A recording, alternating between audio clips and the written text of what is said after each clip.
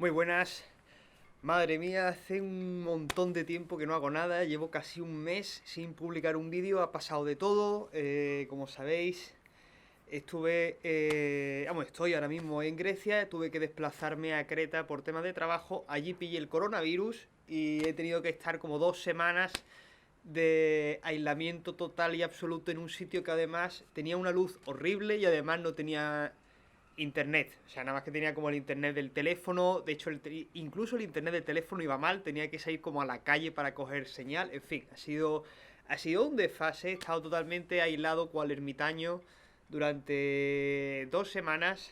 Así que no he podido ni subir nada ni hacer un vídeo a pesar de que precisamente una cuarentena era como el momento ideal, ¿no? Para hacer 1 millón de vídeos allí y tal, pero ¿qué va? Por falta de internet y también porque el sitio, o sea, el interior del piso era malísimo para rodar por el tema de falta de luz natural en condiciones, en fin, terrible. Así que al final, pues nada, bueno, ya estoy de vuelta, ya estoy con normalidad y nada, había puesto muchísimas cosas porque tenía muchísimas ideas para hacer vídeos y una de ellas precisamente era acerca de ayudar, ¿no?, a dificultades que la gente tiene aprendiendo idiomas. Hice una encuesta que tuvo bastante éxito, mucha gente votó en la encuesta y las dos cosas que salieron principalmente en la encuesta fueron dificultades en la gramática y dificultades en la pronunciación, que son dos cosas que efectivamente posiblemente sean las más difíciles porque al final vocabulario pues siempre podemos memorizarlo. eh, la comprensión lectora es fácil en realidad si uno tiene pues el vocabulario, un buen diccionario y está acostumbrado a leer, pues realmente eh, no es algo complicado el poder funcionar bien leyendo, pero después, claro, ¿qué es lo que pasa? ¿Qué es lo que pasa cuando uno quiere usar el idioma? Pues claro, entran dos cosas principalmente que son la gramática y la pronunciación. Son dos cosas que están muy relacionadas con la actividad en la lengua, con el hablar y el poder comunicarse satisfactoriamente. Entonces, bueno, este vídeo lo voy a dividir en dos partes. La primera parte va a ser la pronunciación. Voy a poner aquí en algún sitio, pondré el minuto en el que empieza la parte gramática, porque si veis que no necesitáis la parte de pronunciación, pues podéis empezar en la parte de gramática directamente y os saltáis esto. Y nos vamos directamente a la pronunciación. ¿Qué cosas podemos hacer para mejorar nuestra pronunciación? Bueno, en primer lugar, la escucha es esencial. Si lo que queréis es afinar muchísimo la pronunciación, practicar activamente la escucha con audios que tengan muy buena claridad es esencial. En su ausencia, e incluso mejor que eso, sería estar con personas nativas oyendo el idioma activamente, de una manera, no hace falta que sea una manera activa, lo que vosotros tenéis que intentar es simplemente estar presente en conversaciones, incluso aunque no os enteréis de nada, pero fijaos mucho, esto es una cosa que hago yo mucho, es un poco stalker, pero funciona, fijaos mucho en la boca. Y es muy raro estar mirando a una persona a la boca constantemente, pero mirar constantemente a la boca es esencial. ¿Por qué? Porque hay muchísimos idiomas. Nosotros yo entiendo que estamos partiendo aquí del español.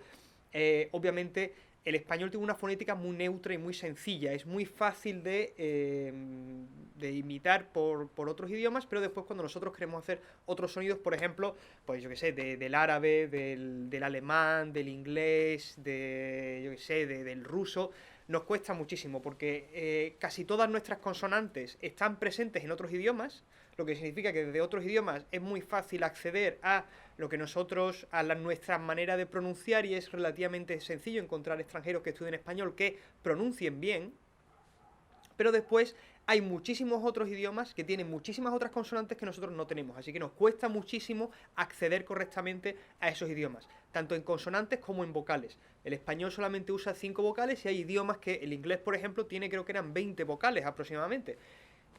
En letritas, en letras tienen el mismo número que nosotros, lo que pasa es que, claro, después mezclan esas vocales de letra y entonces salen como muchísimas vocales que nosotros no tenemos, que son sonidos que no tenemos. Entonces, Pondré aquí en algún sitio, aquí, el enlace del vídeo que hice sobre la escucha para las personas que quieran ver ese vídeo. Si ya lo habéis visto, pues no hace falta que lo veáis, obviamente, otra vez. Pero las personas que entren aquí directamente deberían ver el vídeo de la escucha, porque la escucha es una práctica esencial para este tema.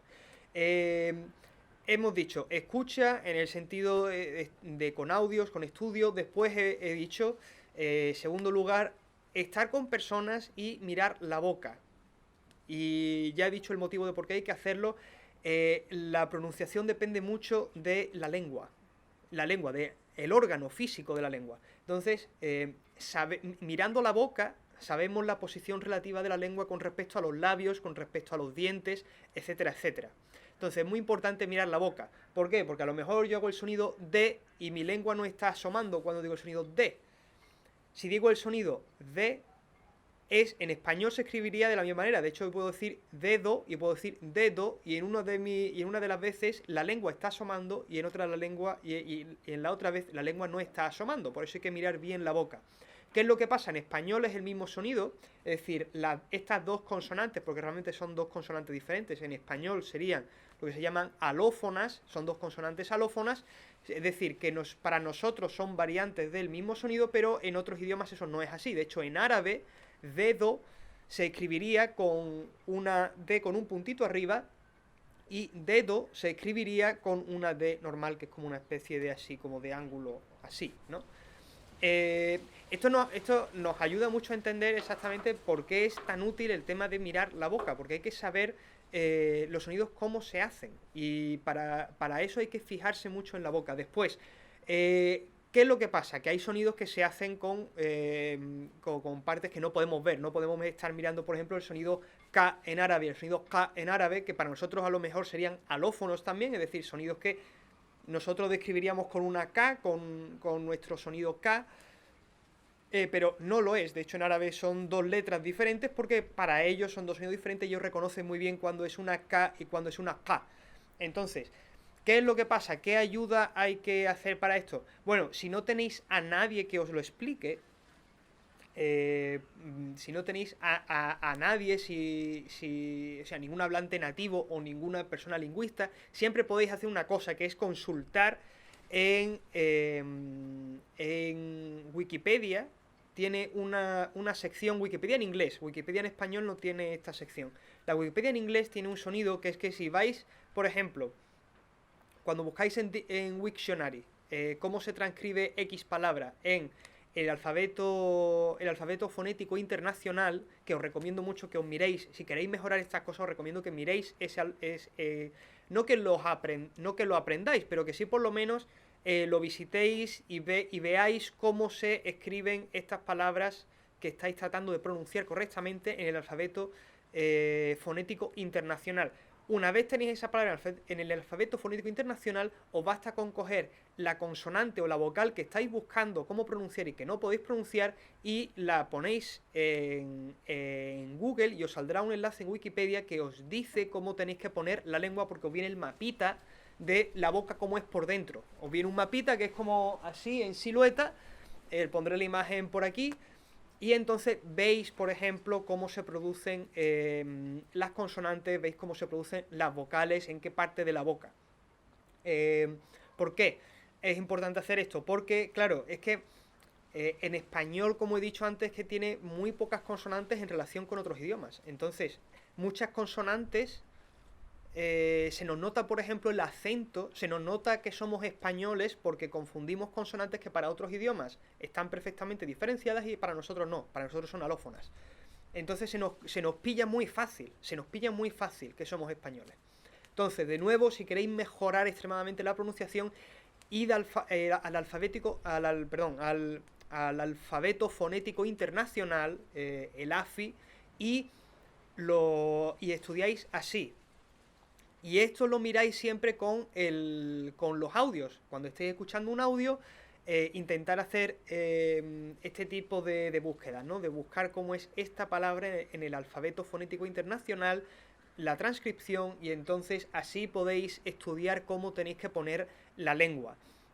Normalmente, si estáis estudiando un idioma, la persona que os está enseñando, si tenéis un profesor o si tenéis un manual, es muy normal que en los manuales, por ejemplo, haya un primer capítulo introductorio donde se os explique, por ejemplo, cómo se producen las consonantes y a qué consonantes de vuestro idioma se parecen, en qué difieren, etcétera. Por ejemplo, uno de los idiomas con más consonantes que existen, que es el polaco, que es un idioma bastante complicado para los españoles, porque tiene las vocales son las mismas que en español, pero tiene un número de consonantes altísimo que no se parecen, muchas de esas consonantes no se parecen en nada a las que tenemos nosotros, igual que el árabe, que tiene un número de vocales muy pobre y tiene un número de consonantes altísimo. Entonces, suele venir siempre en el manual un capítulo inicial donde se os explica estas cosas. Lo suyo es que atendáis muy bien a ese capítulo y que atendáis bien a las descripciones. Voy a dejar en la descripción, dejaré un par de vídeos sobre fonética que están en la página del Crash Course Linguistics, que tiene el Crash Course Linguistics, está muy bien, y tiene 2 capítulos dedicados al alfabeto fonético internacional.